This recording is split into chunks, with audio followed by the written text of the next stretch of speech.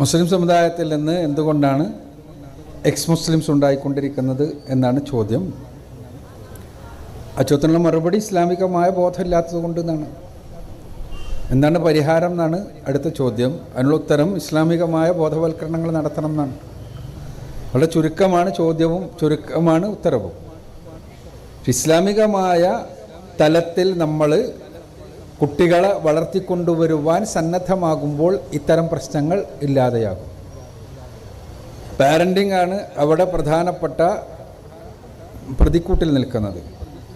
ചെറുപ്പകാലഘട്ടം മുതൽക്ക് തന്നെ ഇസ്ലാമികമായ അന്തരീക്ഷത്തിൽ, ഇസ്ലാമികമായ അന്തരീക്ഷം എന്ന് പറയുമ്പോൾ കേവലം നമസ്കാരം, നോമ്പ്, സക്കാത്ത് തുടങ്ങിയ കാര്യങ്ങൾ പഠിപ്പിക്കപ്പെടുന്ന അന്തരീക്ഷം മാത്രമല്ല ഉദ്ദേശിക്കുന്നത്. മറിച്ച് ഇസ്ലാമികമായ സ്വഭാവങ്ങളും ഇസ്ലാമികമായ സംസ്കാരങ്ങളും വളർത്തപ്പെടുന്ന അന്തരീക്ഷം ഉള്ള വീടുകളിൽ കുട്ടികൾ വളരണം. നമ്മുടെ വീടുകളിൽ നമ്മുടെ കുട്ടികളുടെ സംസ്കാരം തീരുമാനിക്കുന്നത് എന്താണ്? നമ്മൾ ജനറേഷനെ കുറിച്ച് പറയുമ്പോൾ ജനറേഷൻ എന്ന് പറയും.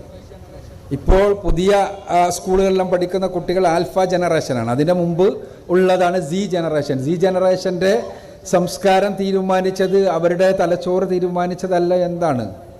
എന്താണ് ധാർമ്മികത എന്നുള്ള വിഷയത്തിലുള്ള അവരുടെ അടിസ്ഥാന ധാരണ എവിടുന്ന് ഉണ്ടാവുന്നത്? നമ്മുടെ തലച്ചോറിൻ്റെ വളർച്ച. ഇതാണ് ഏറ്റവും പ്രധാനപ്പെട്ട കാര്യം. നമ്മുടെ തലച്ചോറിൻ്റെ വളർച്ച നടക്കുന്ന ഏറ്റവും പ്രധാന സമയം എന്ന് പറയുന്നത് നാം ജനിച്ചതിന് ശേഷം 13 വയസ്സ് വരെയുള്ള സമയമാണ്. ആ സമയത്താണ് അടിസ്ഥാന ധാർമ്മികതകൾ തീരുമാനിക്കപ്പെടുന്നത്. ആ അടിസ്ഥാന ധാർമ്മികത തീരുമാനിച്ചത് ആരാണ്? നിങ്ങൾ ആലോചിക്കുക. ആരാണ്? മതപരമായ അധ്യാപനങ്ങളാണോ? ഇസ്ലാമികമായ സംസ്കാരമാണോ? അതല്ല ടെലിവിഷനായിരുന്നോ? അതെല്ലാം നമ്മൾ പറയുന്ന സിനിമകളായിരുന്നോ? എന്റർടൈൻമെന്റുകളായിരുന്നോ? ആ തരത്തിൽ നമ്മുടെ എന്റർടൈൻമെന്റ് ഇൻഡസ്ട്രി നമ്മുടെ കുട്ടികളുടെ തലച്ചോറിന്റെ വളർച്ചയെ സ്വാധീനിച്ചതിന്റെ ആ രൂപത്തിലുള്ള ധാർമ്മികമായ അടിത്തറകൾ അവരുടെ തലച്ചോറിൽ രൂപപ്പെട്ടത് അതിൻ്റെ അടിസ്ഥാനത്തിലായതിൻ്റെ ഒരു പരിണിതി കൂടിയാണ് നമ്മൾ കാണുന്ന ഈ പ്രശ്നങ്ങൾ. അപ്പോൾ അവരുടെ അടിസ്ഥാന ധാർമ്മികത തന്നെ അടിസ്ഥാനത്തിലാകുമ്പോൾ സ്വാഭാവികമായിട്ടും ഇസ്ലാമിനെതിരെയുള്ള വിമർശനങ്ങളും എതിർപ്പുകളും ഇന്നത്തെ ഒരു ചുറ്റുപാടും കാര്യങ്ങളും പ്രത്യേകിച്ചും ഇന്നത്തെ ഒരു മുതലാളിത്ത സംസ്കാരം തന്നെ പരമാവധി ആസ്വദിക്കുക എന്നുള്ളതിൻ്റെ അടിസ്ഥാനത്തിലാണ്. ഇസ്ലാമാണെങ്കിലും അവിടെയെല്ലാം കൃത്യമായ വിലക്കുകളാണുള്ളത്. എല്ലായിടത്തും ആസ്വാദനമാണ്. എല്ലായിടത്തും ആ രൂപത്തിലുള്ള പരമാവധി അടിച്ചു പൊളിക്കുക എന്നാണ് കുട്ടികൾ പറയുക. ആ അടിച്ചു പൊളിക്കലിൽ ഇസ്ലാം എല്ലായിടത്തും റെസ്ട്രിക്ഷൻസ് ആണ്. അവിടെയാണെങ്കിലോ ചെറുപ്പത്തിലെ തലച്ചോറിൻ്റെ ഞാൻ നേരത്തെ പറഞ്ഞ രൂപത്തിലുള്ള വളർച്ചയും അവിടെ സ്വാഭാവികമായും നമ്മുടെ കുട്ടികൾക്ക് ഈ തരത്തിലുള്ള ഇസ്ലാം വിമർശനങ്ങൾ വരുമ്പോൾ ഇസ്ലാം വിമർശനങ്ങൾ ഒരു വശത്ത് വരുന്നു. അതോടൊപ്പം തന്നെ തൻ്റെ ഇച്ഛ ഇസ്ലാമിനെതിരെയുള്ള കാര്യങ്ങളിലേക്ക് അയാളെ പിടിച്ചു വലിച്ചു കൊണ്ടിരിക്കുന്നു. മറിച്ച് ഈ ഒരു അവസ്ഥയിൽ സ്വാഭാവികമായും ഏറ്റവും എളുപ്പമുള്ള മാർഗം എന്നുള്ളത് ഇസ്ലാമിൽ നിന്ന് പുറത്തു പോകുക എന്നുള്ളതാണ്. ഈ പറയുന്ന തിന്മകൾക്കെല്ലാം അയാൾക്ക് ന്യായീകരണമായി. അവിടെ ഇസ്ലാമിലാവുമ്പോൾ ആ തിന്മകൾക്കൊന്നും ന്യായീകരണമില്ല. മാത്രമല്ല തിന്മകൾക്ക് റെസ്ട്രിക്ഷൻസ് ഉണ്ട്. അതോടുകൂടി ന്യായീകരണമാകുന്നു. അവിടെ ആ ന്യായീകരണമായി അവിടെയാണ് നേരത്തെ പറഞ്ഞ പ്രവാചകൻ സല്ലല്ലാഹു അലൈഹി വസല്ലമയെല്ലാം കുറിച്ചുള്ള റസൂലുള്ളാഹി സ്വല്ലല്ലാഹു അലൈഹി വസല്ലമയെ മാതൃകാ പുരുഷൻ ആയിട്ടാണ് ഇസ്ലാം പഠിപ്പിക്കുന്നത്. അതാണ് താനും അവിടെ ആ മാതൃകയെയാണ് തകർക്കാൻ വേണ്ടി എക്സ് മുസ്ലിംസ് ശ്രമിച്ചു കൊണ്ടിരിക്കുന്നത്, അല്ലെങ്കിൽ ഇസ്ലാം വിരോധികൾ ശ്രമിച്ചു കൊണ്ടിരിക്കുന്നത്.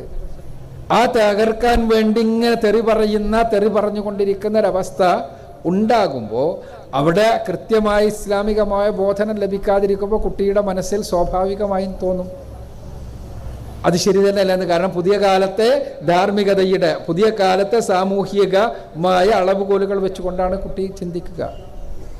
അപ്പൊ അതുകൊണ്ട് ഇത് എന്ന് പറയുന്നത് നമ്മുടെ നർച്ചറിങ്ങിന്റെ കൂടി അഥവാ നമ്മുടെ വളർത്തലിന്റെ കൂടി പ്രശ്നമുണ്ട് എന്ന് നമ്മൾ തിരിച്ചറിയണം. അത് മാത്രമാണ് നല്ല പറയുന്നത്. നമ്മുടെ ചുറ്റുപാടുകളുടെ പ്രശ്നമുണ്ട്, സോഷ്യൽ മീഡിയൻ്റെ പ്രശ്നമുണ്ട്, എൻ്റർടൈൻമെൻറ്റിൻ്റെ പ്രശ്നമുണ്ട്, നമ്മുടെ ഇലക്ട്രോണിക് മീഡിയയുടെ പ്രശ്നമുണ്ട്. അതിനെല്ലാം മുന്നിൽ നമ്മുടെ കുട്ടികളെ നമ്മൾ തുറന്നു വെച്ച ഇതിൻ്റെ പ്രശ്നമുണ്ട്. അതോടൊപ്പം തന്നെ ഇസ്ലാമിനെതിരെയുള്ള ചുറ്റുപാടുകളിൽ നിന്നുള്ള